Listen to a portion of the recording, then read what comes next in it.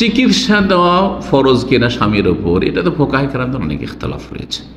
তবে একজন স্বামীর মানবতা, বরং একজন মুসলিমের, একজন মানুষের মানবতা হচ্ছে যে আপনার সবচেয়ে ঘনিষ্ঠ ব্যক্তি, স্বামী স্ত্রী জীবন, দাম্পত্য জীবন, সে অসুস্থ হবে আর তার চিকিৎসা খরচ দেবেন না। রাহিম, এত বড় বড় জালেমকে আল্লাহ হেদায়েত করেছেন, তা আপনি আমি জন্মসূত্রের মুসলিম, যদি গুনাহ থাকে আল্লাহর কাছে দ্রুত তওবা করতে হবে না? আল্লাহ কি মাফ করবেন না? অবশ্যই মাফ করেন। আল্লাহ বড় শিরক করেননি, বড় কুফরি করেননি, ইসলামের বিরুদ্ধে অস্ত্র ধরেননি, ঠিক না? জি। আসসালামু আলাইকুম ওয়া রাহমাতুল্লাহি ওয়া বারাকাতুহু।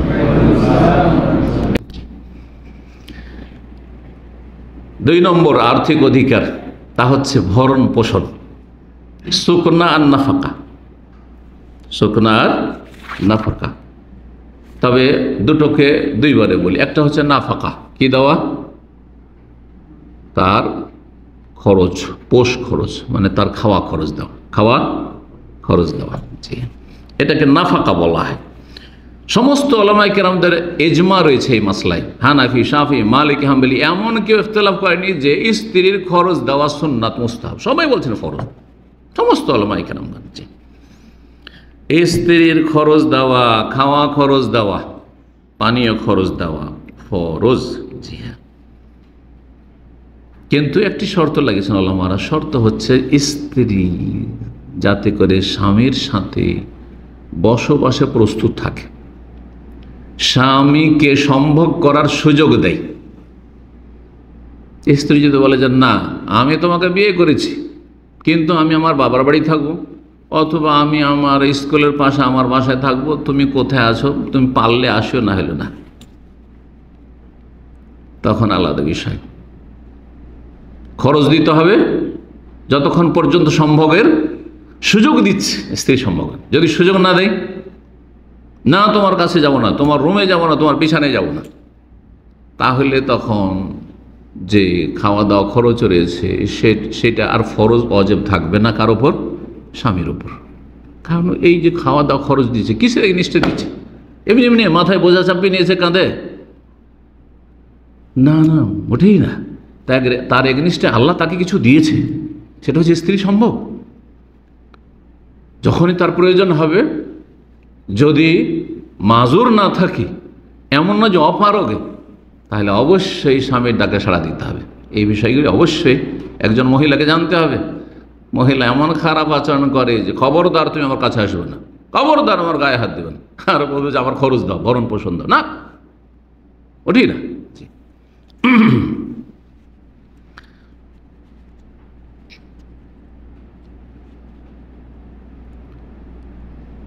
খাওয়া দাওয়া খরচ দিতে হবে, আর তার সাথে সংশ্লিষ্ট যেসব খরচগুলো রয়েছে, আনুষঙ্গিক খরচ যেগুলো রয়েছে। চিকিৎসা দেওয়া ফরজ কিনা স্বামীর ওপর, এটা তো ফোকাহে কেরামদের অনেক ইখতিলাফ রয়েছে। তবে একজন স্বামীর মানবতা, বরং একজন মুসলিমের, একজন মানুষের মানবতা হচ্ছে যে আপনার সবচেয়ে ঘনিষ্ঠ ব্যক্তি, স্বামী স্ত্রী জীবন, দাম্পত্য জীবন, সে অসুস্থ হবে আর তার চিকিৎসা খরচ দেবেন না। সে অসুস্থ হয়ে পড়ে যাবে, যা তোর বাবা যদি খরচ দেয় তো যা চিকিৎসা করা, না হলে না, এটা চলবে।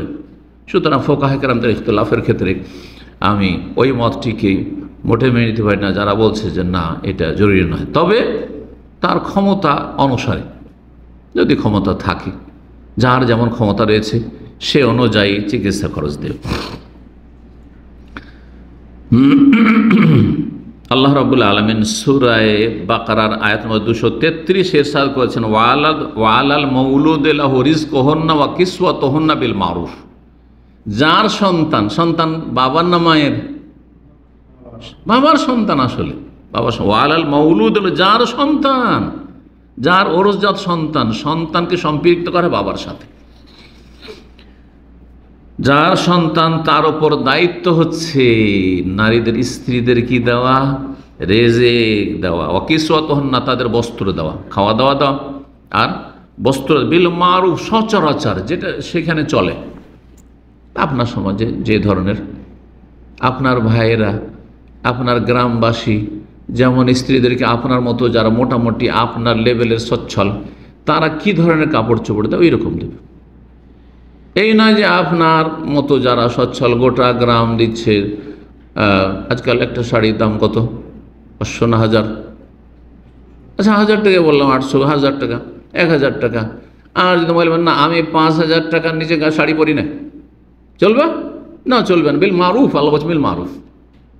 সেখানকার অবস্থা বুঝে।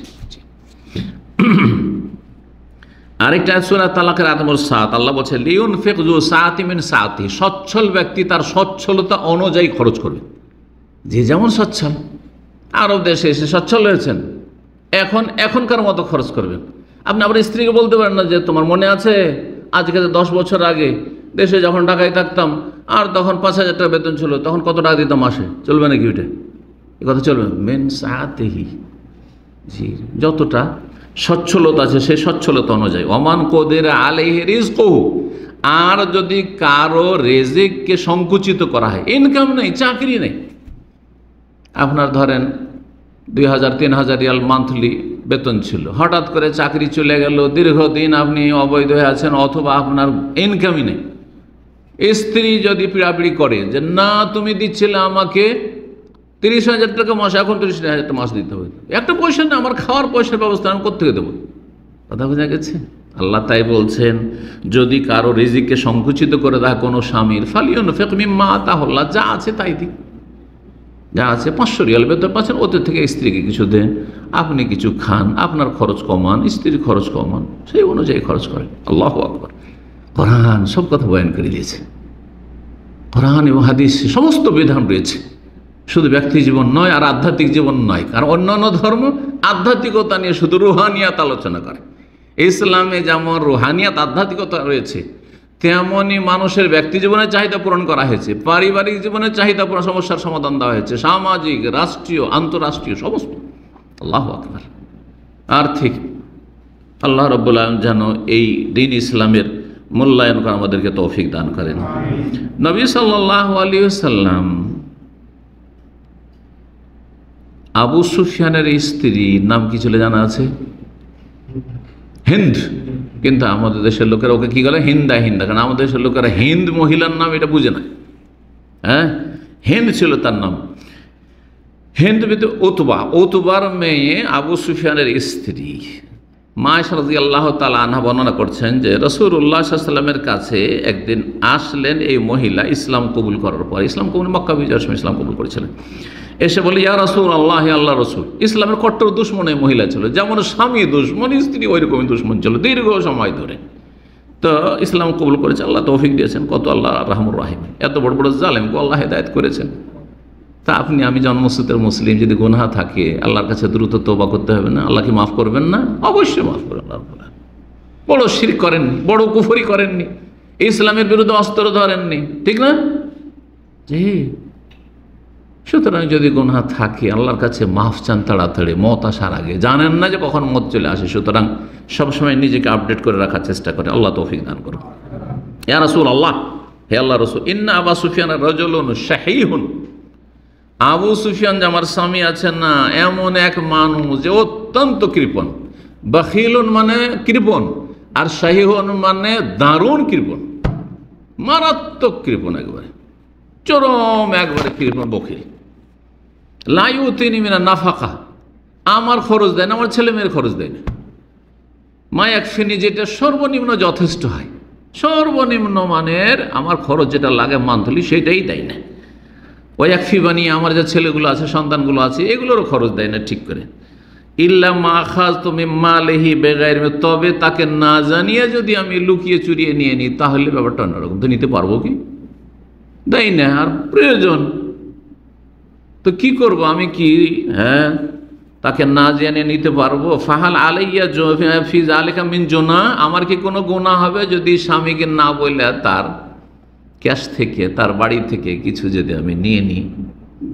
ব্যবসায়ী ছিলেন আবু সুফিয়ানের, ব্যবসা বাণিজ্য ছিল, বড় কাফেলা নিয়ে সামনে দেশে যেত। ফাকালা রাসূলুল্লাহ, রাসূল বললেন, কি বললেন? নিতে হবে না, ন্যায্য অধিকার। খুযি মিম্মা আলি বিল মারুফ, তোমার স্বামী, কৃপণ স্বামীর ধন সম্পদ থেকে তার অগোচরে না জানিয়ে তুমি নিতে পারো, বিল মারুফ, সদ আচরণের সাথে। এটাও তাফসীর করা যায়, ভালো আচরণের সাথে।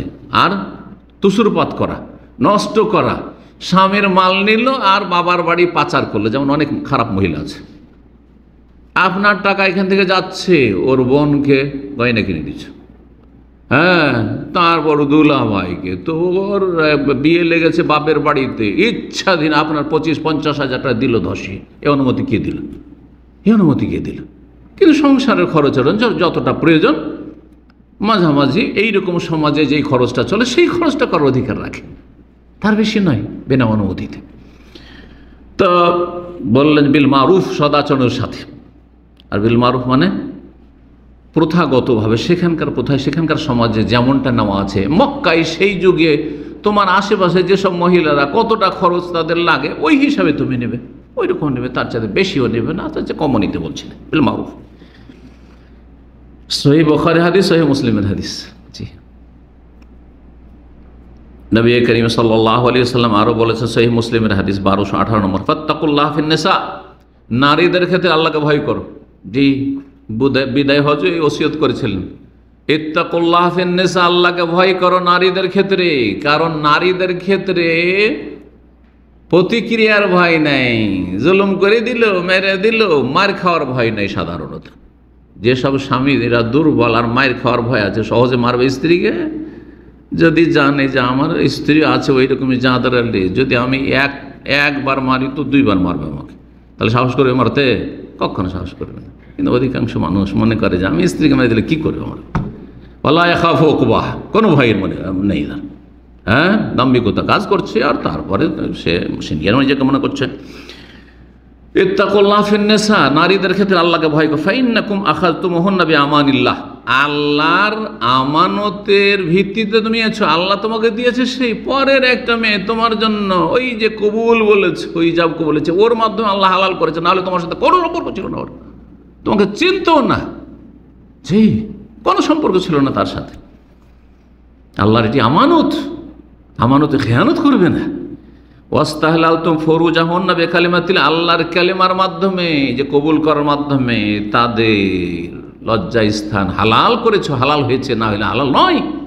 ওইটার নাম জেনা ছিল, যেটা তোমার সহবাস, হালাল যেটা নেকি হচ্ছে সেটা তোমার জেনা ছিল, ব্যভিচার ছিল। যদি এই সম্পর্ক আল্লাহ বৈধ না করতেন, ওয়ালাকুম আলাইহিন্না, আর তোমাদেরও কিছু হক রয়েছে তাদের উপর, তারপরে বলেছেন। যাই কথা লম্বা হয়ে যাবে, সেই জন্য আজকে স্বামীদের হকগুলি যে হাদিসের অংশে এসেছে সেগুলি আজকে বয়ান করছি না। ইনশাআল্লাহ তাআলা সামনের সপ্তাহে স্বামীর অধিকার স্ত্রীর উপর বয়ান করব, তখন সেগুলো বয়ান করব। 3 নম্বর অধিকার, আর্থিক অধিকার হচ্ছে স্ত্রীর কি, হ্যাঁ, বাসা দেওয়া। বাসা, একটা ঘর দিতে হবে। আপনার একটা রুম নেয়, কিচ্ছু নেয়ার, বিয়ে করে বসে আছেন, নিজে কোথায় রাখবেন? গাছতলায়? না, মোটেই না।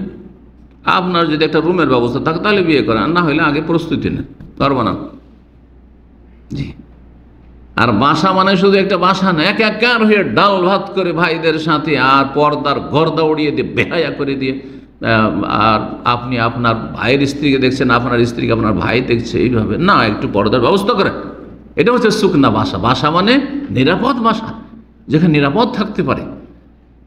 জি, বাসাতে প্রোটেকশন থাকবে, বাসাতে পর্দার ব্যবস্থা থাকবে, বাসাতে শরীয়ত পালনের সুব্যবস্থা থাকবে, এগুলো হচ্ছে বাসা। আর বাসা মানে এই নয় যে একটা রুম, আর আপনার রুম থেকে বেরোচ্ছেন, আপনার ভাই একই রুম থেকে বেরোচ্ছে, এই ওর বউকে দেখছে, ওর বউকে দেখছে, যে নাজায়েজ আমাদের দেশের যে পারিবারিক কাঠামো, কত যে গুনাহ হচ্ছে সবার আল্লাহ ভালো জানে। আল্লাহ হেদায়েত দান করে প্রথম বাপ মাকে। এই জাহেল বাপ মা বুঝে না, যদি ছেলে বলে যে না এইভাবে আব্বা থাকা চলবে না, বলছে দেখো দুটা পয়সা হয়েছে, আর এই যে কি বলে বিয়ে করেছে, এখন বাপ চিনে না, মা চিনে না, বলবে না? বলবে না? ফতোয়া দিতে কম না আমাদের দেশের বাপ মা, জাহেল বাপ মা। না, পর্দার ব্যবস্থা করতে হবে। পর্দার সাথে একটা বাসা দেওয়া, এটা হচ্ছে সুকনা বাসা।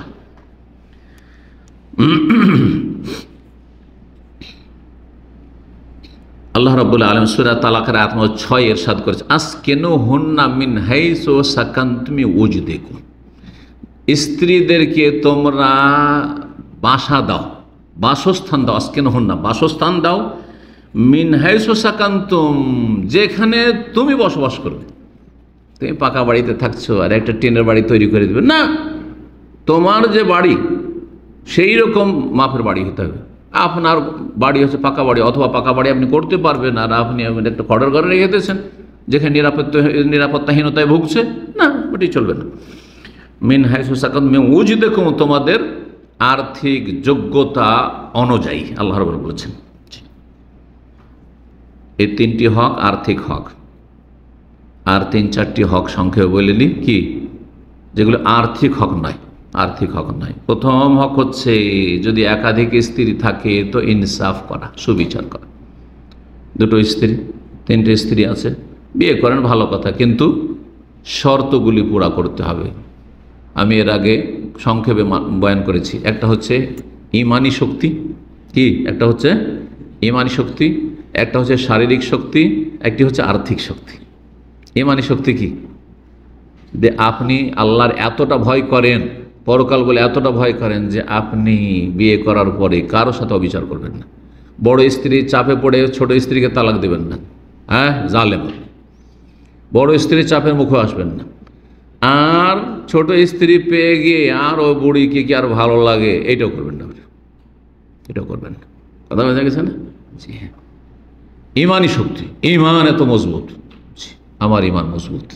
আমাদের ছাত্রদের অনেকে দেখা যায় এত ইমান মজবুত নিজে বলে বিয়ে করার ক্ষেত্রে যে আমাদের কি ভয় লাগে, যে বাবুরে মাঝে মাঝে চিন্তা করে হতেও পারে যে আমাদের ছাত্রদের ইমান আমাদের চাইতে বেশি মজবুত, হ্যাঁ, কিন্তু দেখা যাচ্ছে যে বাস্তবে গিয়ে এই প্রমাণ দিতে পারে না তারা। আল্লাহ হেদায়েত দান করুক। জি,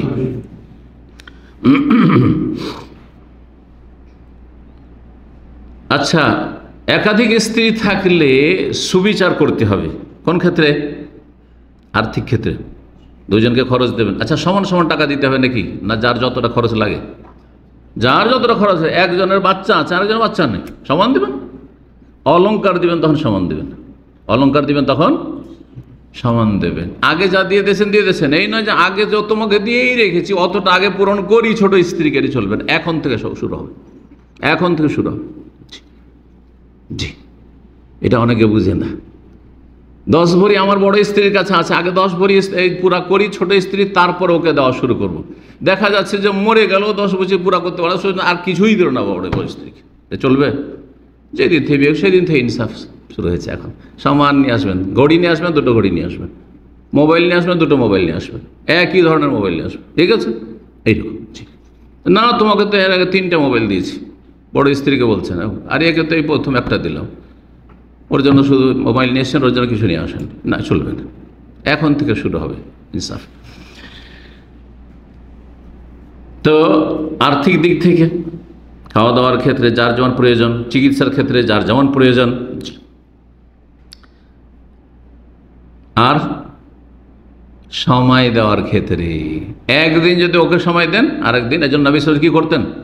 পালা নির্ধারণ করতেন, পালা, আজকে অমুকের পালা, আজকে অমুকের পালা, আজকে অমুকের পালা, আজকে পালা, বাড়ি পালা নির্ধারণ করতেন। রাত্রি যাপনের ক্ষেত্রে দিনে এদিক সেদিক যেতে পারেন, দিনে যেমন বাইরে যেতে পারেন, দিনে অমুকের কাছে গিয়ে দেখা সাক্ষাৎ করে আসতে পারেন, কিন্তু সহবাস করবেন আগে দিনে গিয়ে। যার রাতে তো যেতে পারবেন, রাতে তো অমুকের পালা আছে, তো মনটা চেয়েছে দিনে চলে যায়, না এটা করবেন না। তাই এমনি যান, এমনি গিয়ে দেখা সাক্ষাৎ করেন। নবী সাল্লাল্লাহু আলাইহি ওয়াসাল্লাম সকালবেলা একটা চক্কর দিতেন, 9 স্ত্রী একসাথে ছিল, খোঁজ খবরটা সকালবেলা নিয়ে নিলেন। আবার আসর পরে সবগুলির বাড়িতে যেতেন, আর একটু 10 মিনিট 15 মিনিট কিছুক্ষণ বসলেন, আর কথাবার্তা বললেন একটু, আর কথা মিন গায়রে মাসিসিন, সব হাদিসে রয়েছে, মিন গায়রে মাসিসিন, স্পর্শ করতেন না। জি, মানে সহবাসে যেতেন না, কিন্তু কাছাকাছি হইতেন। জি, আদর স্নেহ করতেন, গল্প করতেন, আর তারপর তখন বেরিয়ে গেলেন। কিছু তারা দিলে, কিছু খেলেন, কেউ দুধ দিল, কেউ মধু দিল, যে মধুর হাদিস রয়েছে। জি, তারপর চলে আসলেন, খোঁজ খবরটা সন্ধ্যাবেলা নাই, রাত্রি যার পালা আছে তার কাছে এসে। আচ্ছা, রাত্রি যে যাপন করবেন সেই ক্ষেত্রে সহবাসের সংখ্যা তো সমান হইতে হবে। ফিকহি মাসলা অনেক আছে তার মানে ছোট স্ত্রীর সাথে প্রতি রাতে সহবাস হয়, যখন ওর পালা থাকে তো বড় স্ত্রীর সাথে ওইটা হইতে হবে। অত বড় স্ত্রীর সাথে আজকে রাত 2বার হয়ে গেছে, ছোট স্ত্রীর কাছে দুবার হইতে হবে সহবাস, এমনটা না। কারণ সহবাসের বিষয়টি মানুষের ইখতিয়ার অনেক সময় থাকে না, ইখতিয়ারে থাকে না। মানুষ সেই ক্ষেত্রে স্বাধীন নয় যে আমি যতবার ইচ্ছা পূরণ করে দেবো, দুবার পূরণ করে দেবো, অনেক সময় পারবে না। কিন্তু সময়ের ক্ষেত্রে পারবে যে 1 রাত ওর কাছে দেখেছি 1 রাতের কাছে থাকবে, 3 রাত ওর কাছে দেখেছি 3 রাত ওর কাছে থাকবে, পারফেক্ট সময় দেওয়ার ক্ষেত্রে পারবে। এই নয় যে সারাদিন এক স্ত্রীর কাছে থেকে গেল আর রাত্রি এখানে শুধু কাটাইতে আসলো, এইরকমটা করবে না। হ্যাঁ, বাইরে থাকলে অসুবিধা নেই, বাইরে থাকলে বড় স্ত্রীর বাড়িতেও নেই, ছোট স্ত্রীর বাড়িতে নেই। আর যদি খোঁজ খবর নিতে হয় যে সকাল বিকাল খোঁজ খবর নেবো, তো বড়োটারও খোঁজ নেবে, ছোটটারও খোঁজ নেবে। ঠিক।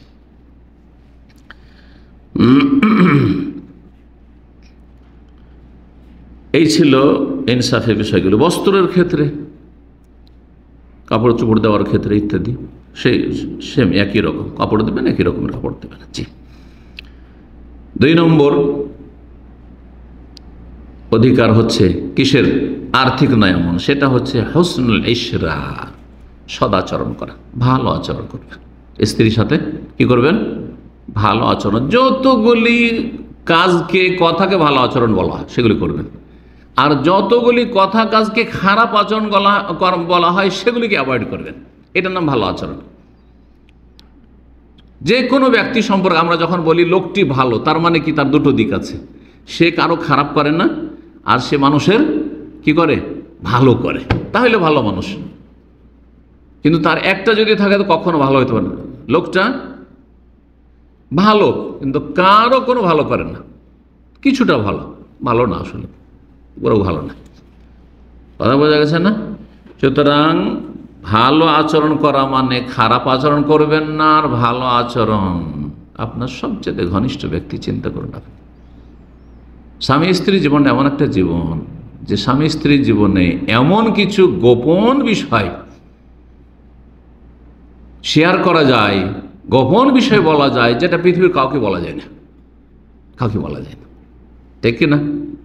কাউকে বলতে পারবেন না, বাপ মাকেও পারবেন না, ভাই বোনকেও পারবেন না, ঘনিষ্ঠ বন্ধুকেও পারবেন না। কিন্তু আপনার দুর্বল পয়েন্ট অথবা সবল পয়েন্ট সব আপনার স্ত্রী জানে।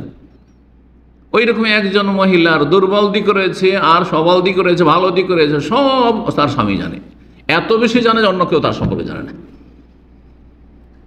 সদাচরণের একটা গুরুত্বপূর্ণ দিক হচ্ছে যে দুর্বল দিকগুলি, ত্রুটির দিকগুলি রয়েছে, সেগুলি কোথাও বাইরে কি করবেন না? প্রকাশ করবেন না। কিছু বদচরিত্রের স্ত্রী আছে, স্বামীর যতগুলো দুর্বল দিক বান্ধবীর কাছে গিয়ে, আরে ও পারে না, আরে ওর এইরকম, ওর মধ্যে এই রয়েছে সেই রয়েছে, না না মোটেই না, জায়েজ না।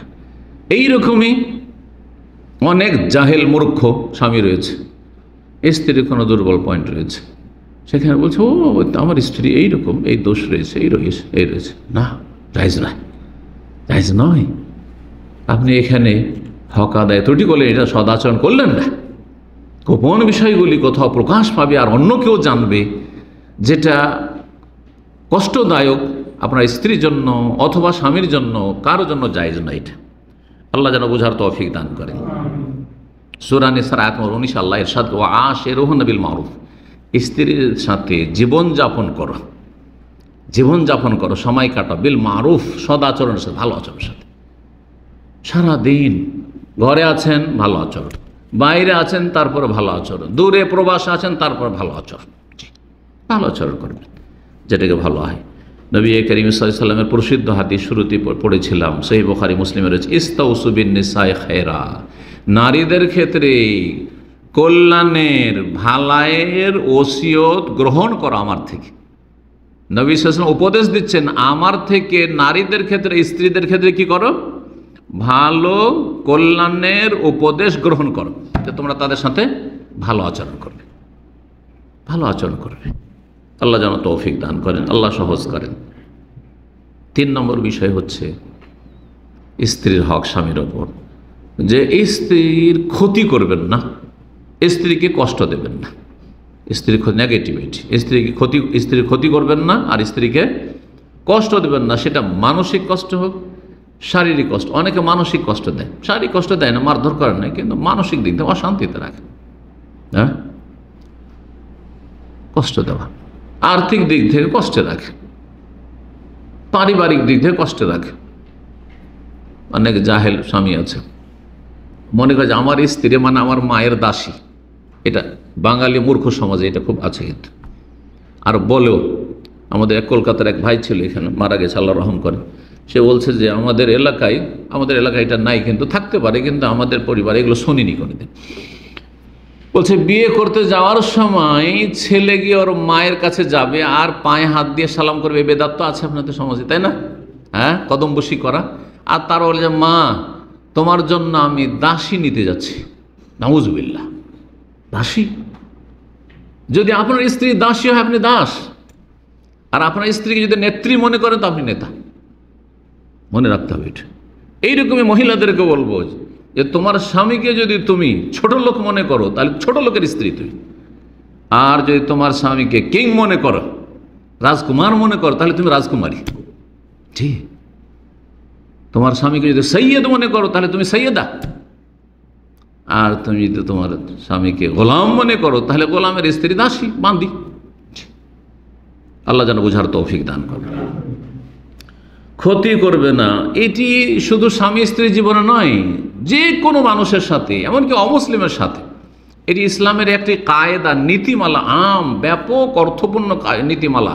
এই মর্মে হাদিস রয়েছে রাসূলুল্লাহ ইবনে মাজার 2340 নম্বর হাদিস, লা দারারা ওয়ালা দেরারা। তুমি নিজে কারো ক্ষতি করবে না আর নিজেও কারো দ্বারা ক্ষতিগ্রস্ত হবে না। লা তাযলিমুনা ওয়ালা তুযলামুন। সুদের বিধান বয়ান করতে গিয়ে আল্লাহ বলছেন যে তোমরা জুলম করবে না আর জুলমের শিকার হবে না, তোমাদের সাথে জুলম করা হবে না। জুলম কারো ক্ষেত্রে বৈধ না।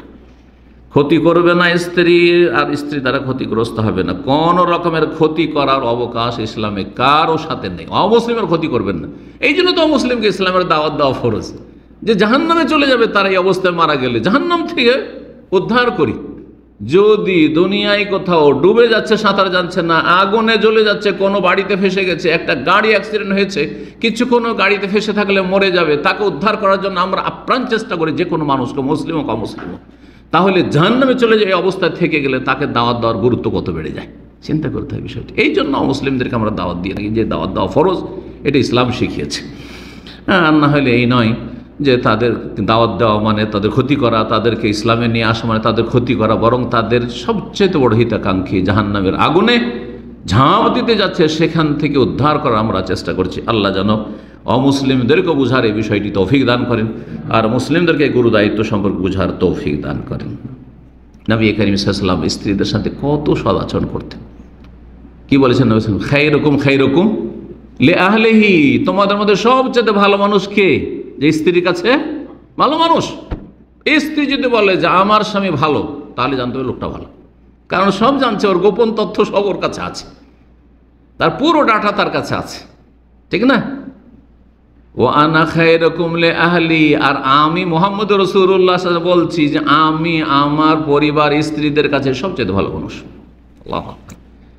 কট্টর দুশমনের মেয়ে, ইহুদি নেতা, কত বড় দুশমন ছিল সে খাইবারের, হুয়াই বিন আখতাব, তার মেয়ে সাফিয়া রাদিয়াল্লাহু তাআলা বিয়ে হওয়ার সাথে সাথে এত ভালোবেসেছেন স্বামীকে যে জীবনে কখনোই বাপের কথা মনে করেন, সেই কাফের বাপের কথা। আবু সুফিয়ান কাফের কুফরের অবস্থায় বেড়াতে এসছে মদিনা, মেয়ের বাড়ি লুকিয়ে কোন রকম করে আশ্রয় নিয়েছে সে উম্মে হাবিবা রাদিয়াল্লাহু তাআলা। আবু সুফিয়ানের মেয়ে কিনা রাসূলুল্লাহ সাল্লাল্লাহু আলাইহি ওয়াসাল্লাম সহধর্মিণী উম্মুল মুমিনিন। যখন বাপকে দেখেছে যে বসতে যাচ্ছে, নবী সাল্লাল্লাহু আলাইহি ওয়াসাল্লামের মোবারক বিছানাটিকে গুটিয়ে রেখে দিয়েছেন, উঠিয়ে রেখে দিয়েছেন, আর মেঝেতে বসতে দিচ্ছেন। তখন আবু সুফিয়ান অবাক হয়ে বলছে যে মা, তুমি এই বিছানাটিকে আমার যোগ্য মনে করলে না, না আমাকে এই বিছানার যোগ্য মনে করলে না? জিজ্ঞেস করছেন যে বাপ হয়তো আমি বড় মানুষ, অনেক বড় মানুষ, মক্কার নেতা, হ্যাঁ, আমাকে হয়তো এই খারাপ বিছানায় বসতে দেবে না, সেজন্য বিছানাটাকে উঠিয়ে রেখে দিল নাকি? বলছে যে আব্বা ইন্নাকা রাজুলুন মুশরিকুন নাজাস, আপনি মুশরিক, নাপাক, ওয়া হাযা ফিরাশু রাসূলিল্লাহ, আর এটি হচ্ছে রাসূলুল্লাহ বিছানা। এই মোবারক বিছানায় আপনার মতো নাপাককে বসতে দেবো, এটা হতে পারে না। তাই এটাকে মুড়িয়ে রেখে দিলাম যে মুশরিক যেন, নাপাক যেন আমার স্বামী রাসূলুল্লাহ সাল্লাল্লাহু আলাইহি ওয়াসাল্লাম, আমার স্বামী আমার রাসূল, তার এই পবিত্র বিছানায় না বসে। দেখেছেন কি ভালোবাসা, চিন্তা করেন আপনি। যেমন তেমন কথা, যেমন তেমন কথা, যে বাপের ভালোবাসাকে, যেটা প্রাকৃতিক ভালোবাসা, কাফের হইল, সেই ভালোবাসাকে কীভাবে তারা ভুলে গেছে রাসূলুল্লাহ সাল্লাল্লাহু আলাইহি মহব্বতে, শুধু রসুল হিসাবে নয়, তার আগে খুলুকুন আযীম ইন্নাকা লাআলা খুলুকুন, উত্তম চরিত্রে মুগ্ধ হয়ে যে এমন স্বামী পৃথিবীতে আর হইতে পারে না সাল্লাল্লাহু আলাইহি ওয়াসাল্লাম। আল্লাহ যেন তাঁর সত্যিকার জীবনের প্রতিটি ক্ষেত্রে আমাদের অনুসরণের তৌফিক দান করেন। রাসূলুল্লাহ সাল্লাল্লাহু আলাইহি ওয়াসাল্লাম মেয়ের জীবনে অনেক নজির রয়েছে স্ত্রীদের সাথে কিভাবে সদাচরণ করতে হয়, কিভাবে তাদের আদর করতে হয়, স্নেহ করতে হয়। চিন্তা করেন, এক স্ত্রী দিল ভেঙে, এক তো খাবার এসেছে, কত খিদা লেগে আছে, সে অবস্থায় খাবার এসেছে, ঘটনা জানা আছে কিনা? খাবার দিয়ে পাঠিয়েছে, আর একজন স্ত্রী সতীনের ঝাল বরদাস্ত করতে পারেনি, রাগ বরদাস্ত করতে পারেনি, কি করেছে? হঠাৎ করে সেই খাদেমের হাতে বাড়ি মেরেছে, আর পড়ে গেল, পেয়ালাটি ভেঙে গেল, যে তরকারিটা নিয়েছিল সেটাও নষ্ট হয়ে গেল, আর পেয়ালাও ভেঙে গেল। আমরা কি করতাম? প্রথম তো জুতা মারতাম, তাই না? করতেন না? করতেন না?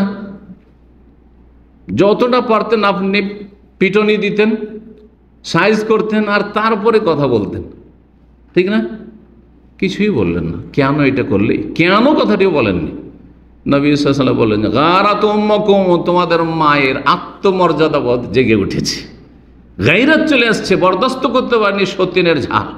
সতীন প্রাকৃতিক জিনিস, সতীন সাধারণত মহিলারা বরদাস্ত করতে পারে না,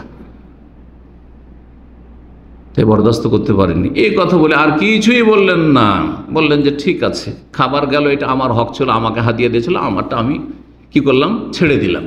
কিন্তু পেয়ালা যেহেতু অমুকের, সুতরাং পেয়ালার বদল আরেকটা ভালো পেয়ালা তার বাড়ি থেকে উঠিয়ে দিয়ে দিলেন, খাদেমকে যাও পেয়ালাটা নিয়ে গিয়ে দিয়ে দাও, প্রতিশোধ। এটা কিছুই বললেন না সাল্লাল্লাহু আলাইহি ওয়াসাল্লাম। কি শিখলাম আমরা? আল্লাহ যেন আমলের তৌফিক দান করেন। 4 নম্বর বিষয়টি বলে শেষ করে দেব, সেটা হচ্ছে, সেটা যদিও সদাচরণ অন্তর্ভুক্ত, কিন্তু এটা অনেক ওলামারা আলাদা করে বর্ণনা করেছেন, সেজন্য বর্ণনা করে। সেটা হচ্ছে স্ত্রীকে শ্রদ্ধার নজরে দেখবেন, সম্মান করবেন, মূল্যায়ন করবেন।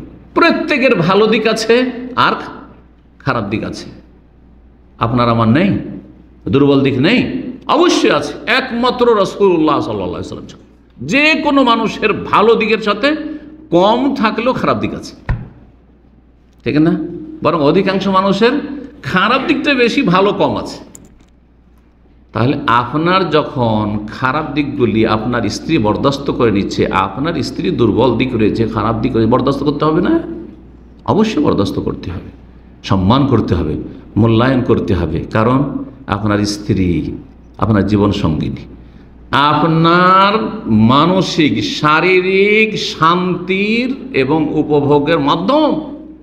আল্লাহ কি বলেছেন? অমিন আয়াতিহি আন খালাকা লাকুম মিন আনফুসিকুম আজওয়াজা লিতাসকুনু ইলাইহা, সূরা রুমের আয়াত নম্বর 21। আল্লাহ বলছেন, আল্লাহর একটি বড় নিদর্শন হচ্ছে, কুদরতের ক্ষমতার বহিঃপ্রকাশ হচ্ছে যে তোমাদের মধ্য থেকে, মানব সমাজ থেকে আল্লাহ তোমাদের জোড়া স্ত্রী সৃষ্টি করেছেন। যদি জিন হইতো স্ত্রী, ভয়ে সারা রাত ঘুম আসতো না, রুম থেকে পালিয়ে যেতে যদি জানতে পারেন যে আমার স্ত্রী জিন, ঠিক না? পারতেন? কখনো পারতেন না আপনি। কোনো যদি হিংস্র পশু হইতো, আচ্ছা হিংস্র পশু বাদেন, এমনি কোনো পশু, হ্যাঁ, গরু ছাগল, অনেক জানোয়ার আছে, কুকুরকে বিয়ে করছে আজকাল, তাই না? আউযুবিল্লাহ, কত সুন্দর। মিন আনফুসিকুম, তোমার মতো মানুষ, আদম সন্তান, তুমি আদম সন্তান, সেও আল্লাহ দিয়েছেন লিতাসকুনু ইলাইহা, যাতে করে সুকুন, মানসিক শারীরিক শান্তি হাসিল করতে পারো। কত যে মানসিক শারীরিক শান্তি হাসিল করছো স্ত্রীর মাধ্যমে, স্ত্রী সম্ভোগের মাধ্যমে, স্ত্রী পাশে থাকার মাধ্যমে। আরে চোখের সামনে থাকলে কি শান্তি, একটু কথা বললে যে কি শান্তি, বুঝতে পারছেন না? আল্লাহ বুঝার তৌফিক দান করে। সুতরাং শ্রদ্ধা করবে, সম্মান করবে। স্ত্রীকে শ্রদ্ধা করা, সম্মান করা মানে তার বাপ মাকে সম্মান করবে, তার ভাই বোনদেরকে সম্মান করবে, ছোটদেরকে স্নেহ করবে, তার ভাই বোন বড়দের সম্মান করবে। জি, শ্যালক শালিকাদের যারা বড় রয়েছে তাদের সম্মান করবে। বড়দের সম্মান করা আর ছোটদের আদর স্নেহ করা, এটা ইসলাম শিখিয়েছে যে কোনো ক্ষেত্রে। আল্লাহ যেন, আর এই ক্ষেত্রে স্ত্রী বেশি অধিকার রাখে, যেমন স্বামী বেশি অধিকার রাখে। আল্লাহ রাব্বুল এই বিষয়গুলি যেন বুঝার তৌফিক দান করেন, এবং আমাদেরকে আল্লাহ এলেম শেখার সাথে সাথে আমল করার তৌফিক দান করেন। আল্লাহর হক আদায় করার সাথে সাথে মানুষের হক আল্লাহ আদায় করার তৌফিক দান করেন। ওয়া সাল্লাল্লাহু ওয়া সাল্লামা আলা নবিয়িনা মুহাম্মদ ওয়া আলা আলিহি ওয়া সাহবিহি আজমাইন।